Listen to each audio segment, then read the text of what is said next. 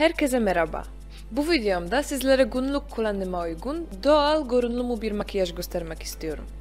İşe ya da okula giderken kullanabileceğiniz, yapması zahmet gerektirmeyen bu makyajı merak ediyorsanız izlemeye devam edin.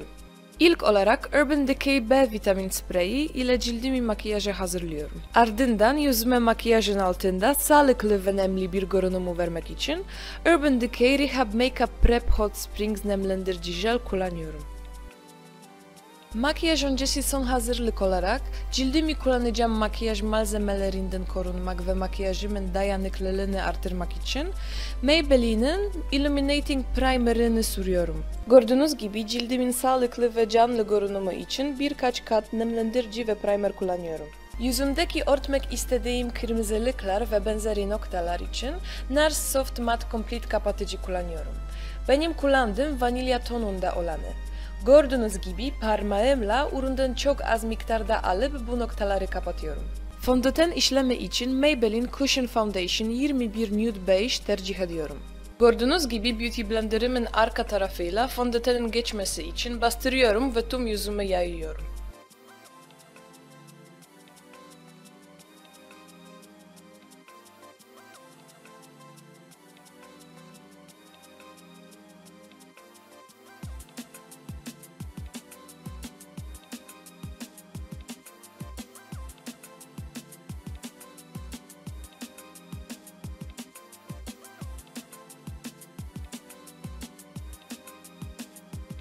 Sırada Catrice kapatıcım var, benimkinin renk numarası 10. Gördüğünüz gibi yine burun çene ve alın üzerine ürünü azar azar uyguluyorum.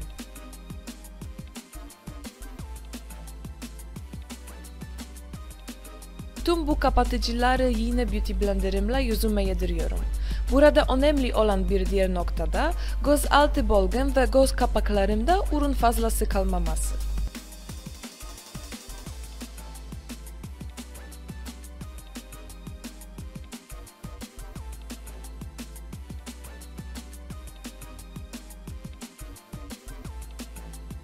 Tabi likit haldeki kapatıcıyı yaydıktan sonra sabitlememiz gerekiyor. Bunun için de Laura Mercier Secret Under Eye Brightening Powder ürünü oldukça iyi.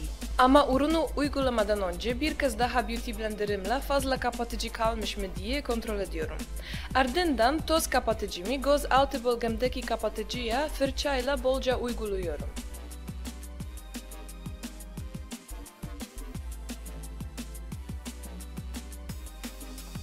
Yüzümün geri kalanındaki makyajı sabitlemek için de Laura Mercier Translucent Setting Pudra kullanıyorum.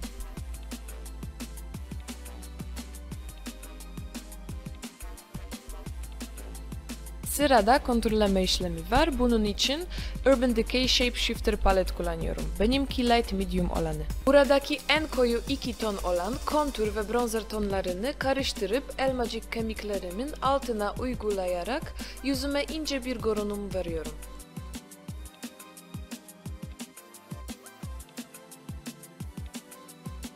Yine aynı şekilde alnımı daha küçük göstermek için saç diplerine yakın bölgeleri ve yüzümü daha uzun göstermek için çene bölgemin iki yanını konturluyorum. Çene altı ve boynumu da konturlayarak özellikle gıdı bölgemi saklayıp kusursuz bir boyun görünümü elde etmeye çalışıyorum. Yine küçük bir fırça yardımıyla Urban Decay paletimin kontur tonunu kullanarak burnumun üzerine birbirine paralel iki düz çizgi çekiyorum. Burada amaç özellikle burun ucunu daha küçük göstermek. Daha sonra bu çizgileri yukarı aşağı ve sağa sola yani hem kendi yollarında hem de yüz bölgeme doğru yediriyorum. Burada püf noktası iki çizgi arasındaki aydınlık alana olabildiğince dokunmamanız.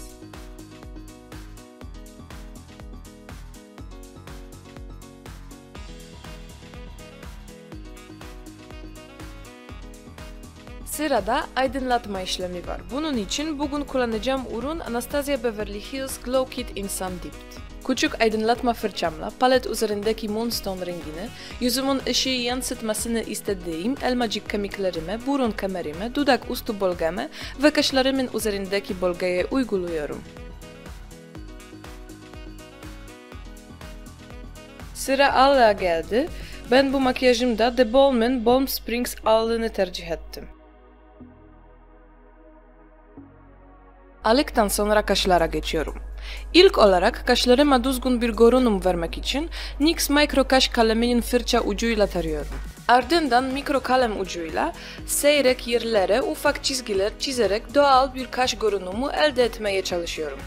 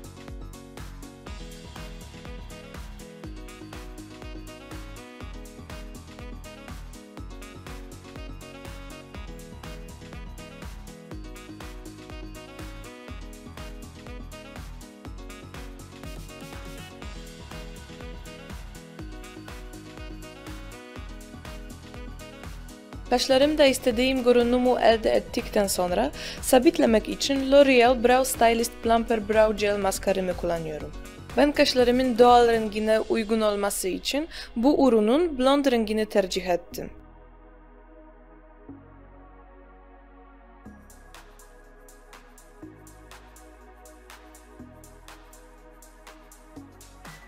Bir sonraki aşama ise göz makyajım.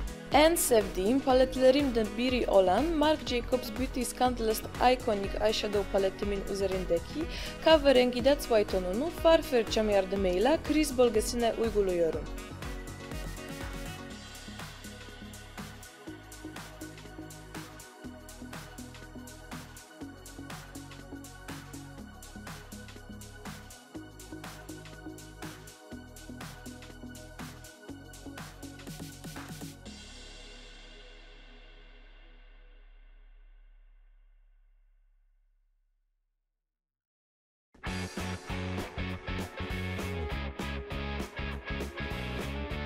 Sonra temiz bir blending fırçası ile kenarların üzerinden geçerek yumuşak bir görünüm veriyorum.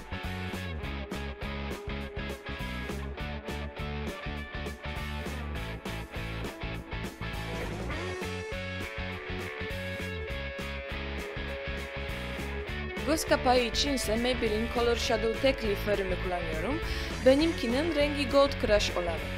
Farımı düz shader fırçamla göz kapağının tamamına uyguluyorum.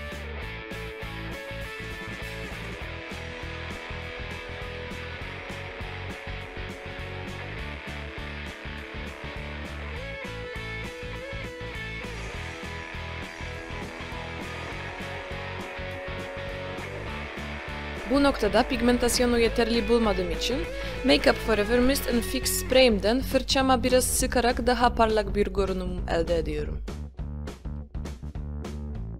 Kaşlarımı ve göz bölgemin iç kısmını ön plana çıkarmak için Huda Beauty 3D Highlighter paletimin üzerindeki şampanya rengi Azores tonu kullanıyorum.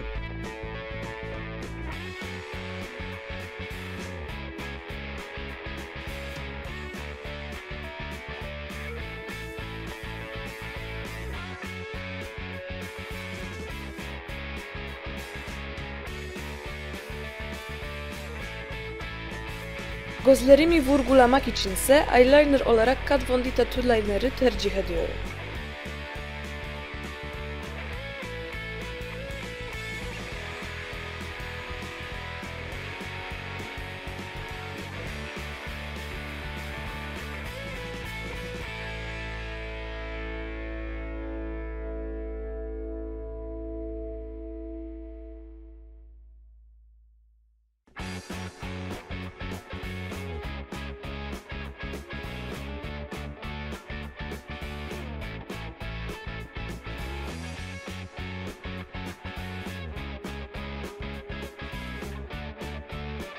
İstediğim görünümü elde ettikten sonra makyajımı sabitlemek için Make Up Forever Mist and Fix spreyi kullanıyorum. Sprey işleminden sonra ise Maybelline Big Shot maskarımı üst kirpiklerime sürüyorum. Gördüğünüz gibi benim doğal kirpiklerim çok zayıf olduğundan en az 2 veya 3 kere tekrar ediyorum.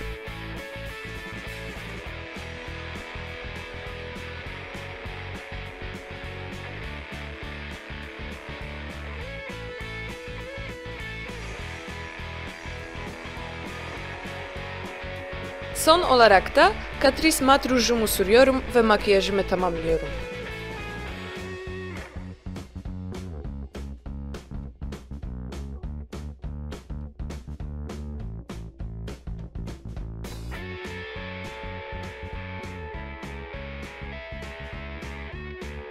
Evet, bu makyajın sonuna geldik. Eğer makyajımı ve videomu beğendiyseniz kanalıma abone olmayı unutmayın. Bir sonraki videomda görüşmek üzere.